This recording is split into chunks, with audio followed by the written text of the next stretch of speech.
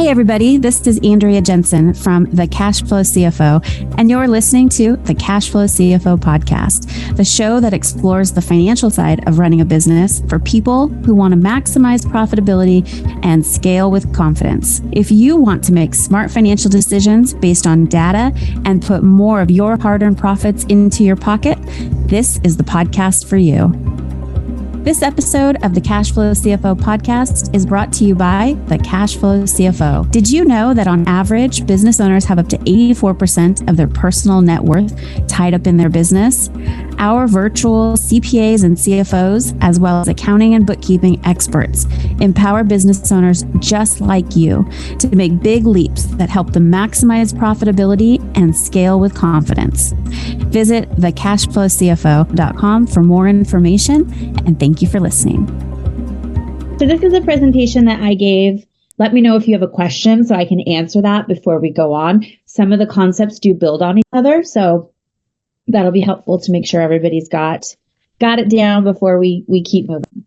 So, all right. So 10 strategies for managing cash flow in a scaling business. And if you wouldn't mind, just really quick, just go around and shout out what kind of business you guys have so I know what industries we're talking about today. Professional services firm. Okay, Patty, thank you.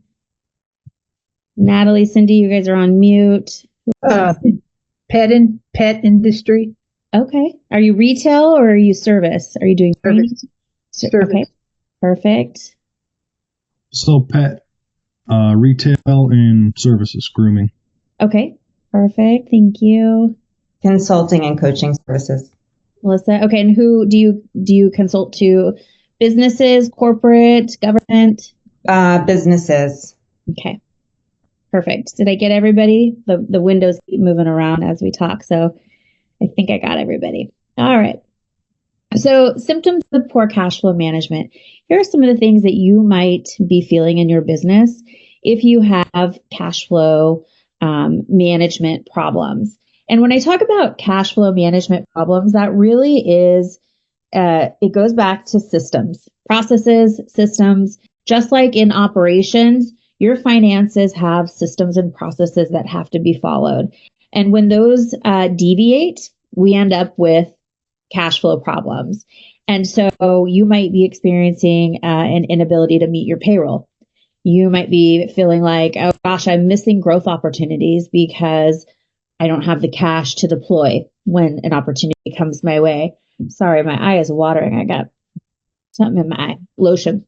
Your credit lines, they might be getting close to maxed out. Or if you don't have a credit line, you might be thinking to myself, I need to apply for one. And unfortunately, when you're feeling like you need to apply for one, things are probably, your financial picture is not in the best spot. And so a bank is going to look at that and go, oh, I don't know, it's risky to loan to you. You might be experiencing late payments to your suppliers because you don't have the cash to pay your invoices, your bills. You might have an accounts receivable that your aging is 60, 90 days plus. You might have customers that owe you money. You don't have the correct systems and processes to collect on those invoices in a timely manner, which all creates cash flow management problems in the business, cash flow problems. Is anybody experiencing any of these things right now in their business? Yeah. And, I'll tell you, I work with hundreds of businesses in my Cash Flow CFO company, and everybody is having something right now. So 24 was a rough year for a lot of businesses. So don't beat yourself up if you are experiencing any of these issues right now. All right. So last thing we want you to do is pull your hair out when there's a lot of solutions. And sometimes we just have to find which is the right one for your situation. So strategy number 1 is to identify cash inflows and outflows in your business. So what does that mean? So that means you need to have a cash flow forecast. This is not your P&L. This is not your balance sheet. It's an additional report that I like to call it the bridge, because when you look at your P&L, you might look at it and go, hey, it shows that I have profit, And then you might go and look at your bank account and go, but there's no money in my bank account. What the heck is going on? And so what that is a sign of is that your company is spending what I call balance sheet expenditures. So that's servicing any debt that the company has. So paying on a vehicle loan, paying on if you have an SBA loan, that could be an idle loan.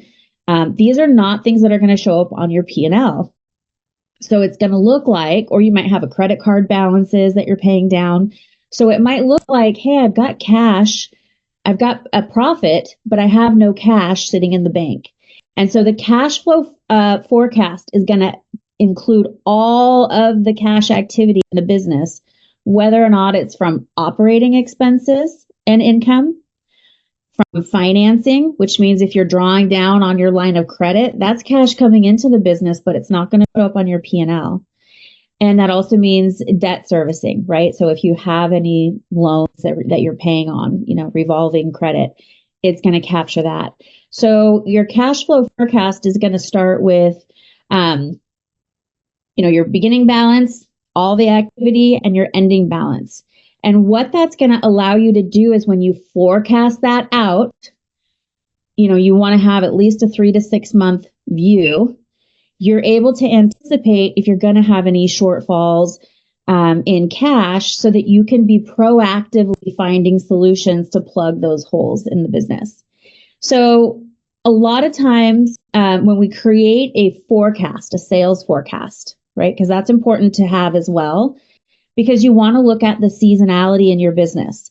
So if you take last year, so perfect time to be doing this because we just closed 1 year and we're fresh in a new year. So look at 2024. Write this down, guys. This is a really good thing to do in the business. Take your total sales number for last year and then take your monthly sales, your total sales that you did last year, not your goal, your total that you actually did. And then look at every single month what your sales were and divide that by the total annual sales. So you have a percentage. That's going to give you, all 12 months are going to equal 100% of your sales number, but that's going to show you if you've got seasonality in your business. So a lot of retail, you're going to have seasonality. If you're doing, reoccurring revenue on a consulting agreement, you might not have as much, but it's important to understand the seasonality so that you can plan looking forward. So like I mentioned, a cash flow forecast, it's a tool, right? We want to have lots of tools in our toolkit, just like, when you're in marketing, everybody thinks that marketing is super sexy and fun to do. You've got tools, right? You're looking at customer acquisition costs. You're looking at your sales conversion rates at different stages in your pipeline. You're looking at, do I want to do ads on this platform or that platform, right? It's a tool. And just like in marketing, you need to have the financial tools. And so you need to have a cash flow forecast, right? We talked about that. Here's what it looks like. And I'm happy to share a template with you guys. You can just shoot me an email and I'll send that your way. But we've got here at the very top, you can see it's by month. And then we've got our beginning cash balance and then operating activities. So that is P&L activities. That's what's going to come in that section there. And then you're going to have your investing activities. So if you're spending money on a fixed asset, that's not going to show up on your P&L. That's going to be on your balance sheet. If you're selling anything, maybe you're selling a vehicle you don't use in the business anymore, or you're purchasing one. Those are going to be in that section there. And then down below, financing activities, loan payments, and equity distributions. This is a really big one, guys. If you're not paying yourself on payroll, because payroll will be on your P&L, which means those money outflow is captured in your operating activities. If you're taking draws or distributions, which is totally fine to do, it just needs to be captured. This is where you're going to put it in, because that way you're counting for that cash coming out of the business. And then that's going to give you your total net cash change, your ending balance. Don't mind the stuff below because that's 2.0 of our conversation and I don't want to overwhelm you guys. So that's going to be your ending cash balance for January is going to be your beginning cash balance for February, and so on and so on and so on. All right. So you want to, if things are really tight in the business, you're going through a season, right, where you're just really having to keep an eye on your cash flows. You want to look at on a daily basis so that you're not missing payments. And, if you're missing payments, you might be incurring late fees, which is kind of digging the hole deeper. You want to look at making sure you're not getting any overdraft fees or bank fees. That also is going to just keep, we want to slow down the cash going out of the business as much as possible. Scenario planning. This is a really good thing to do as well. So you can look at that cash flow forecast and you can play with those numbers and say, let's make a good, better, best, right? And this one I have best, worst, most likely. You can create 3 different cash flow forecasts. And that way you are preparing yourself proactively for any of these different scenarios that might come up in the business. All right. Step number 2, we want to enhance cash inflows. So if you're having cash flow problems, we want to speed up bringing money into the business. So let's see. Okay, just checking the message, the chat real quick. So you want to improve your collections. So looking at who owes you money in your business. How can I accelerate that money coming in? If it's past due, you better be on the phone calling people and making payment arrangements. Work with your customers, maybe take half now and give them a couple more, a week for the other half or whatever it is. If it's not due yet, you can say, hey, we're offering some incentives. If you would like to take advantage of that, if you pay early, we can give you, a 2% discount or something along those lines. So that's a good way to help to bring in the cash, right? We want to speed up the cash coming in, slow down the cash going out. All right. This is an example of,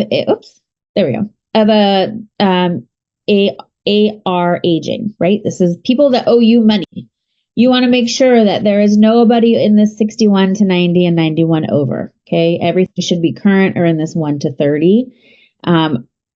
Be on the phone, be proactive, reach out, talk to your customers, and just check in, right? Other ways to enhance your cash inflows, invoice promptly. Now, this is something that we see in a lot of businesses when we first start working with them, is that so this is going to be for my service-based businesses for this example. If they provide service, they are paying their team within 10 days, give or take, right? Because you've got to pay payroll on a regular basis. But by the time they actually invoice their client, there might have been, so-and-so has to review this, or, push it back, that needs to be changed on the invoice. And it's 2 weeks before that invoice even goes to the client. And then a week later, you talk to the client and they say, I never got that invoice. Now we're 3 weeks out, then add 30 days that you're giving them of terms. This is how we get ourselves into trouble with the cash inflows. So you want to make sure you're invoicing promptly. And, most businesses, they've got either they're taking regular payments, reoccurring payments, or they are negotiating more upfront payments. So maybe you take a deposit, or maybe you're saying, your terms are due on receipt. Depends on what your business is, your industry you're in, but these are things you should be thinking of so that you're not becoming the bank in your business by paying your team, paying your suppliers, paying your vendors, and then waiting 30, 60, 90 days to actually collect that money. Unless you're working with government contracts, that's a whole nother animal. This should be normal business practices. Other ways to enhance your cash inflows, increase your sales efforts. So what can we do? What is some low-hanging fruit in the business that we can go after that's going to bring in some quick wins, some quick cash if you're in a cash flow crunch? All right. Other things you can do. You can sell any unused assets. So if you have inventory, that is money sitting on the shelf in your warehouse, go through that inventory. What's stale? What can we just liquidate? Even if you're selling it at cost, it's still freeing up cash flow, and that's money that's coming in the door into your business. You can offer incentives, so provide discounts or promotions to encourage faster sales and quicker cash turnover. Now we want to look at managing outflows, right? We want to speed up the money coming in and we want to slow it down going out. Well, what are some of the ways that we can do that? We can delay payments. So you can talk to your suppliers and extend your payment terms. You can, call them up and say, hey, I wanted to see if I could push this out another 15 days or whatever it may be. If you are being proactive and initiating those conversations with your suppliers and your vendors, they're most likely going to work with you, right? They want to keep your business. They want your business to stay in business because they depend on you. So they're willing to work with you. And it really just the key there is being proactive and you reaching out. Don't just let it go past due and have them call you because now they're going to be cranky. Okay. Prioritize your expenses. So when I come in to consult with a company in the beginning, I go through every single one of their expenses and I do what's called the highlighter review. And I take so I do it in Excel, so it's not really a highlighter, but you could actually do it with highlighters. If it is an expense that is absolutely critical and necessary, I highlight it in green. If it's an expense that they look at and go, gosh, I don't remember what I signed up for. I have to do some research. Okay, I highlight that in yellow. And if they look at the expense and they go, oh gosh, we don't even use that. We signed up for that software probably a year ago. We've never used it. Then I don't know what happened. Can you guys still see my screen? There we go. Then I highlight it in red. So when I'm finished, I've got every single expense is reviewed. All my red ones, I shoot off to whoever in the company can handle canceling, closing those accounts, doing whatever. My yellow ones, the business owner is going to research what are those. And if they're green, then those are the ones I'm pulling into my budget because I know that those are absolutely necessary expenses. So look through your stuff, see what you can trim. You should do this quarterly because there's always things, especially as we have a bigger team and they're using company credit cards and doing the different things. There's a lot of expenses that just kind of pop up and you're like, yeah, we don't really need that, right? You want to be as efficient as possible with your operating expenses. So that's a good way to help you to prioritize those expenses. You can lease instead of buying. So instead of buying equipment or property, look at leasing, right? It's not going to tie up as much cash up front, right? You're not putting down a big chunk of a deposit. And that will help you to manage your monthly expenses. Negotiate with vendors. We talked about that one already. Review your subscriptions and services. The highlighter review is going to help you to do that. Make sure you're only using the critical things in your business. If you have inventory, this one, just in time inventory, instead of carrying a lot of inventory in house, you can look at, what do I need to, just the bare minimum. And then maybe you can, look at your ordering frequency, increase that at a smaller quantity so that you really are just getting what you need and you're not sitting, literally your cash is sitting on shelves when you have inventory that's not moving.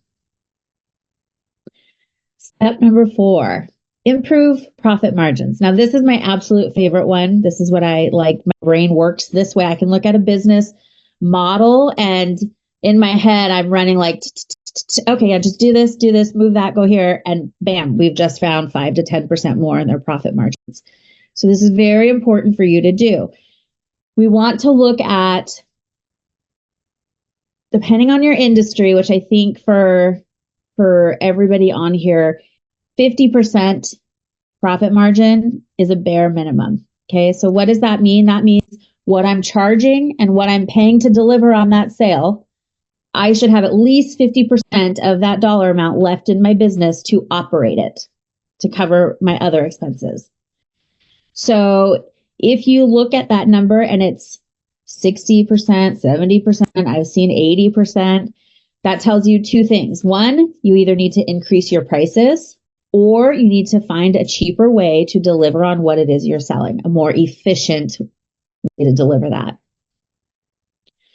The other way to do that is reducing your cost of goods sold. You can negotiate better rates with your suppliers. You can seek alternative suppliers. You can look at your team. Look at your utilization in your team if you are a service-based business, and make sure that everybody is working at full capacity, right? You're not paying for somebody who's sitting around idle. That's going to help you to increase your profit margins. Upsell, cross-sell. You've already paid to acquire a customer. What more can you sell to them? That's a good way to, encourage your customers for additional purchases or services to increase that average transaction value. That's a big one. All right, step number 5, we are moving on to employee and contractor management. So if you are having cash flow issues in your business, you're going to want to delay hiring as much as possible, as long as possible, right? Sometimes you might be feeling the pressure from your team, but postpone hiring any new staff until the cash flow stabilizes. If you feel like you need to hire more team because you can't deliver on what you're selling, then that tells me you've got a pricing issue, because you should have plenty of money. If the sales are humming along good, that's awesome. But if you can't keep up, like there's a problem in my cash flow, we need to look at there's a systemic problem that's happening in the business. And so you don't want to keep bringing on new team members until you solve that problem, because it might not be a team problem. It might be something else, right? It might be delay in invoicing your customers. It might be, lots of other things that are contributing to that cash flow problem. Review your contractor terms. If you have any 1099 contractors or outside companies, see if you can negotiate any favorable payment terms with them, or just make sure that they're still necessary and needed in the business. And worst case, before you have to lay somebody off, if you are experiencing an extreme cash flow problem, is consider temporary pay adjustments. So you might reduce somebody's hours. You don't necessarily say, oh, you're making $20 an hour and now I'm going to cut you to 18. You might just reduce, 5 hours a week or something from them, so that, everybody, and make sure everybody understands, like, here's what we're working with. Here's the solution I've come up with, so that there's no surprises or people are trying to guess what's going on. Step number 6, utilize financing options. Now, I only recommend this one if you have a business model that is profitable and you have identified, why am I in a cash flow problem? Do not go throwing good money at a bad problem, because it's only going to get worse. And that hole is just going to keep getting deeper and deeper for you. So there are lots of options to utilize for financing. So a line of credit. Now, I recommend that every single business have a line of credit. And the best time to apply for one is when you do not need it. You want to go into the bank looking shiny and have them beg for you to come be their customer because you look so great. And it's good to have it. If you can get a $200K line of credit, it's good because, number one, it's building business credit, which is important to do, just like your personal credit. Your business has a credit score. And second of all, you want to have it just in case, right? It's like that safety net. And you can also use your line of credit, when there's an opportunity that comes your way to help the business grow and scale. You can look at a sale and leaseback arrangement. So you can sell, like if you have equipment, or you have, I have some companies that are in the medical space. They have these pieces of equipment that are hundreds of thousands of dollars. This is an option they could do where they can sell it and then lease it back, so that their payments are much lower than what they would be paying to finance it. This is my least favorite, but it's always talked about, so I want to make sure everybody knows it's there and the goods and the bads of it. Factoring your receivables. What that means is that you are going to, I a not so great company, because a lot of companies that do this are kind of like, I call them the shark loans. And they will say, I'll front you the money for your receivables. And when you get the money in, then I will give you X percent and I will keep X percent. And what that does is it really hobbles your business, because the money that they keep is usually a large percentage. And that percentage is what you should be using to pay for your general and administrative expenses, your marketing expenses, that kind of thing. So it really it becomes a snowball if you do this a lot, and it's hard to get out once you get in. So this was the last resort thing. There's lots of other options out there, but you will hear a lot about factoring your receivables. So that's what that means. It is instant cash, right? But this is almost like an on-deck loan or a Blue Vine loan or any of those other ones, PayPal loans, where they pull the money out immediately out of when you get a deposit in your account. And that's hard to get away from, because you never quite can catch up. Short-term loans. So you can go to the SBA. There are SBA Express loans. There's all kinds of different working capital loans that SBA will do. It is not a quick turnaround. It is 6 to 8 weeks for that processing before you actually get that cash. So if you are in a super tight crunch, that might not be the way to go. But a short-term loan is going to help you to cover your cash needs. There are the other ones I mentioned, like PayPal and Shopify. Start scaling with confidence today. The Cash Flow CFO is a full-service accounting and fractional CFO firm. So it goes without saying that our financial experts are phenomenal at number crunching. But more than that, they are expert communicators who will connect all those complicated financial dots in a way that just makes sense. We don't wait in the wings and check in every so often either. With our boutique approach, we position ourselves front and center, watching over every dollar that comes in and out of your business as if it was our own. So if your business is making money and you're ready to take it to the next level, but you're not sure you completely understand your numbers, and you're looking for that trusted guide to help you build a roadmap to reach your financial goals, it sounds like we would be a great fit. Visit thecashflowcfo.com and let's get started empowering you to build and scale your business the way you want to today. Look at the expenses in the business. I like to give the example of there's 4 big buckets. And the first big bucket is going to be your cost of goods sold. And that is any expense in the business that is required to service a sale. Okay, so those are direct expenses. The second one is your general and administrative expenses. And the third one is your marketing, and your fourth is profit. So if you think of those 4 big buckets in your business, every dollar that you generate in sales gets split by a percent into one of those 4 big buckets. Now, when we look at our cost of goods sold, we want that to be between 40 and 60%. Ideally 40 to 50%, but depends on the industry. Your general and administrative should be between 20 and 30% of every dollar in revenue that you generate.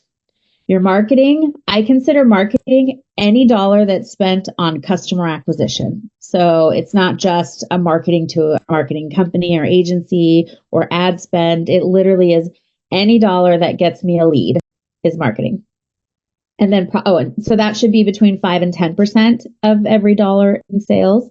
And then profit should be 20% or higher. Now, those are going to they're going to fluctuate because every industry is different. Every business model is different. But the reason we want to make sure we have 20% in our profit bucket is because that has to service a lot of different things that don't happen on the P&L. They happen on the balance sheet. So number 1, you're going to be paying taxes out of your profit bucket. Number 2, you're going to be, depending on your owner's compensation and tax strategy, you're going to be taking dividends or distributions for your comp plan, your comp pay. And then number 3, you're going to be reinvesting back into growth in the business. And the reason it comes out of the profit bucket is because we don't want to affect our operating cash flows, because that's for business that we already have. When we are looking at a company that wants to say grow by 30% next year, Okay, great. Where is that 30% going to come from? Are you cross-selling to your existing clients? Are you getting brand new clients? And if you're getting brand new clients, what's your customer acquisition cost? That needs to come out of that profit bucket as well.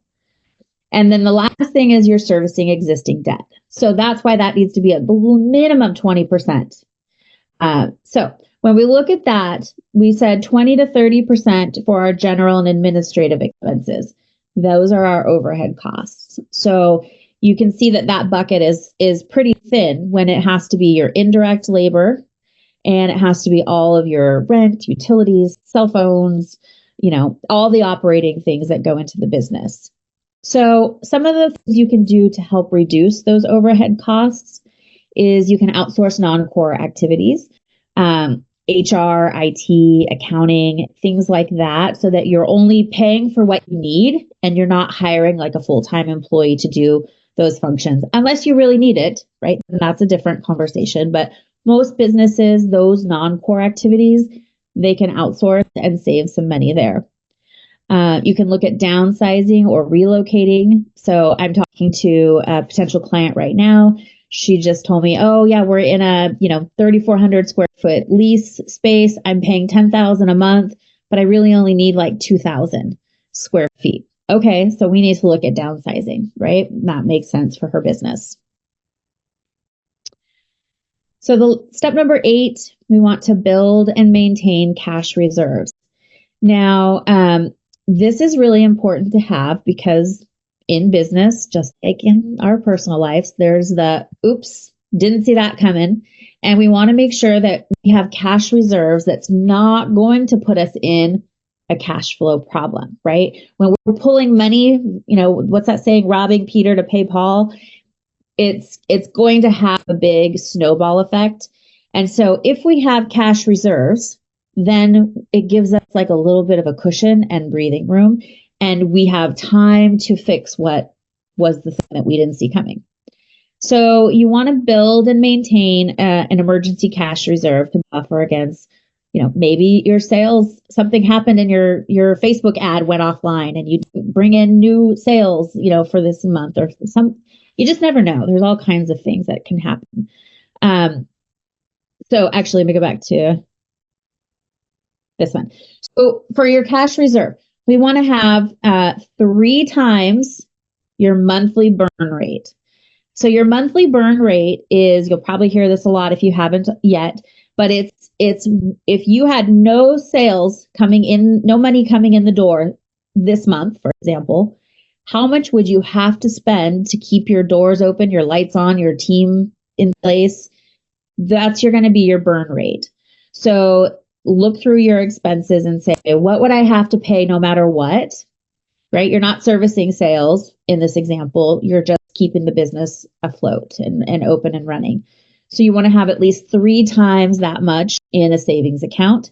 And then you want to, here's your ninja move, take that reserve and put it in a money market account so it's earning you money while it's sitting there. There's another company that I'm a fintech that I'm working with right now. It's called Leafy. You guys can go check it out. They're coming online right now, but they basically are saying if you put your cash in our accounts, you'll get a 3 to 4% interest rate, and you can get your cash back immediately. It's just like transferring it between your checking accounts, which is pretty cool. Because usually if it's going out to a Schwab or a Edward Jones or whoever, there's a couple days lag. Sometimes that matters. Andrea, there's also Goldman Sachs. Marcus Goldman Sachs offers 3 to 4% as well. Perfect. So that's what you want to be putting your reserves in, so that it's your money's always working for you, right? We don't want it to just sit idle. All right. Retained earnings. So you can reinvest profits back into the business to build a stronger financial cushion. This is only if you have a business model that is highly functioning, right? If we have issues with the business model, this is not the move for us to do right now. It's only if I can pull a lever and say, if I spend another $20,000 in marketing for customer acquisition, I know based on what I've seen in my business, I can get, X number of new sales in. things like that is when you would want to do this move. Step number 9, leverage technology. So there are a lot of automations that are available to us now, which free up our people to do only the high level things that people need to do. So what are some of the automations that we can put in place in your business that somebody is doing that probably is tedious for them and they don't love doing anyway? They can be invoicing, payroll, expense management, all of these things. They speed up processes. They take away the human error opportunity because we are all human and we make mistakes from time to time. So look at automation, depending on, the system that you guys are using. Explore what options you might have available to you. You can utilize cash flow management tools. So our company, for example, we have a dashboard that is linked to QuickBooks, and it is giving you financial updates in real time. So as QuickBooks change, your cash flow forecast sheet changes, your balance sheet changes, your P&L changes. So all of those things help you to, in real time, manage your cash flows. So there's lots of apps out there that you can look into that are going to give you that real-time cash flow update. Step number 10, bring someone onto your team that understands this and can implement each of these steps. This is very important. It's as business owners, right now I own 5 different businesses, and my team, if you added them all up and you added all the transactions and all the things, right? If I was trying to do things in my business, push buttons, I would lose my mind. It's important for business owners like us to go, who, it's not you, who is going to be the one that has the skill set to do this. One of the other great things about our company, like our CFOs, they're fractional. You can pay for what you need to get this strategy in your business. And you're not paying a full salary, a $200K plus a year salary for that person. So the fractional model is great. You can do it for marketing. You can do it for ops, right? They have ops managers that you can do fractional, all the things. So bring someone onto your team that understands this and can dig into your business model and say, diagnose, just like you'd go to the doctor if you have a cough that won't go away, right? You've got to get it diagnosed. Why is this happening? What do I need? What processes improvement do I need to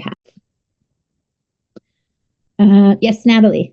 Sorry, Andrew, a quick question. Yeah. On the fractional side of things, who determines the rates for fractional? So how do you actually know who to go to, and B, how much you should be paying a fractional person? Thank you for asking that. Yeah, that's a great question. So I would start by looking at what is the going rate for a full-time of that person, and then how many hours do you need in your business? And we're always going to think we need less time. How do you know how many hours you need? That's okay. Challenge. Gotcha. So it depends on the role, to be very honest with you. Now, when we look at a staff utilization schedule, we build it out for our clients, we list every single team member. We list how many hours a year they work, what their pay rate is, and then we say what % of their time is customer facing and what % of their time is internal. So, for example, my staff in the accounting firm, the most I can get out of them utilization is 80%, because 20% of their time they have to check emails, attend team meetings, all that kind of stuff, right? So 80% of their salary I can count on to earn me to generate revenue with. So then I look at and I say, so these are people that are your team that are delivering your services. This is what I'm talking about right now in this example. Then you look at and you say, what is the multiplier, right? So I'm going to pay this person X number of dollars, but I'm going to charge my client 3 times that, because that's what the service goes for example. So that's going to tell you how many hours you need. So let me just take away everything else and let's just focus on how many hours you need. So if you look at your services and you say, I'm going to sell service A for $1,000 and it's going to take somebody on my team 20 hours to deliver, for example, right? Do that with all your services. And then you're going to add up how many hours total that's going to take, because you want to look at if I want to sell $1 million this year, I'm going to sell 40% in service A, 20% in service B, 20% in service C, and so on, right? I'm going to break it down. And then I'm going to look at how many hours does that mean I need of team. And then you look at, once you understand their hours, because you're just taking 80% of their total hours that they work, then you can see how much team do I need to fulfill on my sales goal. So that's going to be for your internal team that's delivering your services that you're selling. If you're retail, you're going to look at it and go, how many customers can they check out? Or how many customers can they help in an aisle to help find something, in a day, in an 8-hour shift? Take your average transaction price, multiply that out. That's going to give you how much labor you're going to need. Does that make sense so far? I'm teaching you guys how to be CFOs in a 30-minute Zoom call. Well, I guess, and I'll let you finish, but I do have a question that I'll wait. Yeah, go ahead. It's just, so we have an accounting firm that we use, and I feel like we pay a lot of money. We don't really get much in return. We don't get any kind of like help with, strategy or forecasting or how to maximize, how to leverage or manage our cash flow, really. And so, I'm like, we're spending this money and I don't feel like we're getting much of a return. I feel like it's more of I don't even know what they're doing, to be honest. So I guess very, very, very common. So I'll give you this analogy. You're the business owner. You're driving down the road in your car. Sitting in your back seat, looking out the rear view window is your accountant and your tax preparer. They are reporting on historical transactions. What happened? Your CFO is sitting in the front seat next to you, the business owner, looking out the front windshield, telling you, here's what's coming up. Here's how to plan. Here's how to be profitable. So your CFO and your tax accountant, two completely different education paths, experience, everything. They're very different skill sets. And I think it's very common that business owners go, wait a minute, I have an accountant. You have a tax preparer. And yes, they might be doing your books as well. Both of those activities are historical. They're only reporting and they're putting things in the right bucket for you. You need somebody that's going to take that information and put it into the forward looking, where you as the business owner come and say, okay, my goal for next year or this year, since we're in January, is I want to generate 10 million in revenue. And your CFO is going to say, okay, cool. We did 8 million last year. So that means we need to make a difference of 2 million. Okay. What percent are we going to sell of our services? What is our customer acquisition cost? And they break all the way down to somebody clicks on your ad and there's that whole funnel that walks through to get you to that 2 million in additional revenue. Andrea, if I could ask a quick question. Yes. Did that cover your question, Melissa? I wanted to just find out, like, in terms of, firstly, I find the way you've explained this is so brilliant because it's so simple. Like, you've really simplified it for people. This is not the wheelhouse of everyone. So my question to you is, I mean, you're obviously a fractional CFO for others. Do you offer services that you split up? Like, so it's not a whole service you have to like bring in, or let's say one person just wants, like, let's say Melissa just wants to figure out, these are the fractional people, or these are the positions I need, these are the fractional people I need. What should I be doing about that? Or, Cindy might want to just know how to do X, Y, and Z on step 5. Do you offer, like a split package that way? We do, yes. So I'd say the first place for you guys to start is to get a budget and a forecast put together for 2025. And that is going to then make you ask more questions. But you'll have that starting point. And then every month you can give that forecast and budget to your bookkeeper and say, show me a budget versus actual. So when January closes, by February 10th, you should have your set of financials, balance sheet, profit and loss, cash flow, and a cash flow forecast. If you are using QuickBooks, for example, if you're using QuickBooks on an accrual method and you're truly using it on the accrual method, you can just push a button and get a cash flow forecast out of QuickBooks. But what I see is a lot of businesses don't actually use all the functionality that would give that report the right data to spit out for you. And then you want to look at also the budget versus actual and those percentages that I gave you, because that's going to be a super high level. Let me just show you really quick. So this is what your P&L and your balance sheet, when it's being translated into something that you guys can actually use to make decisions in your business, it looks like this. So you've got your revenue, your expenses, your profit. You're looking at it, broken out into those big buckets I talked about with the percent allocation against the budget of what it should, based on your business model and what you're working on, it should be. You're looking at it in a year-to-date view, so you can see that as well. Some of these formulas are broken, so don't mind these numbers. They look funky. You're looking at a trailing 5 months of those, so you can see, some, what's the word I want to say? You can see the ebbs and flows, right? Based on, maybe decisions that you've made, new processes you've implemented, new marketing channels you've implemented, things like that. And then you want to look at your annual revenue goal and where are you at this year to date? What's the amount you need to make up over the next number of months in this year? And then it breaks it down into a monthly sales goal for you so that it's always updated. We're looking at your cash position, your average burn rate, 3 times that, what you actually have in cash, what you need, to make up or what you have extra. We're looking at changes in equity, changes in assets, debt, liabilities, all that kind of stuff, so that you can toggle between all the different months and see, what has it been.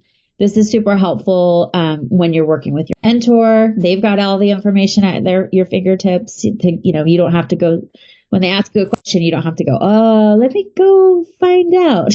Then, I remember those days. That's for sure when I first started. I tell you, in the 35 years I've been in business, I've never received that or seen that. Really? Oh, good. Well, it's life-changing, right? Because you want to have something like that for your marketing. You want to have something like that for your operations, dashboards. That's how I had running 5 businesses, and they're all over, 2 million. My construction company, we did 8 million last year. They're big companies, right? With a lot of team. And this is really the way that I've been able to stay sane, have a 5-year-old that's in kindergarten too. Yeah. I take my hat off to you. Thank you very much. Yeah. And a lot of that, it's really being in Pinnacle too has helped, because yes, I have all this knowledge in my head, but to get it into a format to share that's, scalable. Yeah. So it's really cool. Brilliant.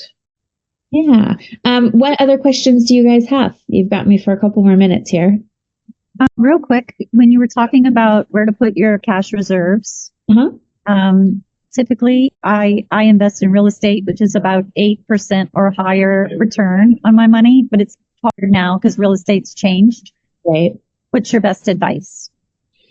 So, I actually like doing covered calls. That is a skill you'll have to learn, but you can also hire somebody to do that for you. And that's in the stock market. That right now is somewhere you can still get those returns like Christy's talking about in real estate, and your money is still pretty liquid, which is nice. So that's one thing you can be doing. The other, say the name of it again. covered call investing. And I can connect you with somebody who I work with to do that, if you guys are interested in that. It's stocks, so it's risky, but the return, the upside is really good. So if it's extra money that you can play with, that's great. The other thing to do is really just right now look for those high interest money market or checking accounts. There's a lot out there. I put one in the Facebook group a while ago. It was is it Cal Coast Credit Union? I don't think you need to live in California to open one, but they're doing a 5-month CD at 9% right now, which is bananas, which is great. But there must be a limit to what you can put in. There is. Yes, there is a limit. Yes. Yeah. You can put it in a money market account. Those, depending on how much you have in the money market account, the higher the dollar amount you have in there, the higher the interest you're going to get. So that's probably your best bet right now until interest rates do what they're going to do and other opportunities present themselves. Wow. Yeah. But you can also make, if you have money that's you don't need it liquid, you can loan it to another business and get the interest on that. Or, if you have a personal mortgage, you can draw the money out of your business and make a loan from your business to you personally. And instead of you paying the mortgage company the interest, you're paying your business the interest. That's another move you can make. I do want to say, you guys, I spoke to her yesterday and she did this for us. So thank you so much for showing up last minute and being so amazing and beautiful and go-giverish, because that's awesome. We really appreciate it. Thank you. I'm going to drop in the survey. Please don't forget to do the survey. One of the things, Andrea, that I feel is a superpower of mine is talking about self-directing Roth IRAs and HSAs. Ooh, which I've never mentioned to this group. I do it. I've done it for a long time. And so I don't know if that's ever a conversation anyone wants to have off camera. We can talk about that. This is the investing conversation. You actually did mention, and I think you mentioned it like way back in 24. So I think that would be a great conversation to have. I'd be interested to hear about that as well. Yeah. And then anyone can contact you, Andrea, if we need to know about your services as well. Yeah, I put my info in the chat. That's my email. Morgan, my assistant, will answer and get you on my calendar so we can chat some more in detail. And if you just have one-off questions, feel free to shoot them my way too. Yeah. Well, great to meet each of you. And, like I said, don't be shy. Reach out. Always happy to help a pin. Thank you. So, all right. Have a great day. Thank you. Thank you for listening. Don't forget to like and review, and we'll catch you on the next episode. If you're looking for more content or resources in the meantime, check out our website for information, blogs, and our I've Got a Spreadsheet for That series. That's thecashflowcfo.com. Again, thecashflowcfo.com. We can't wait to hear from you.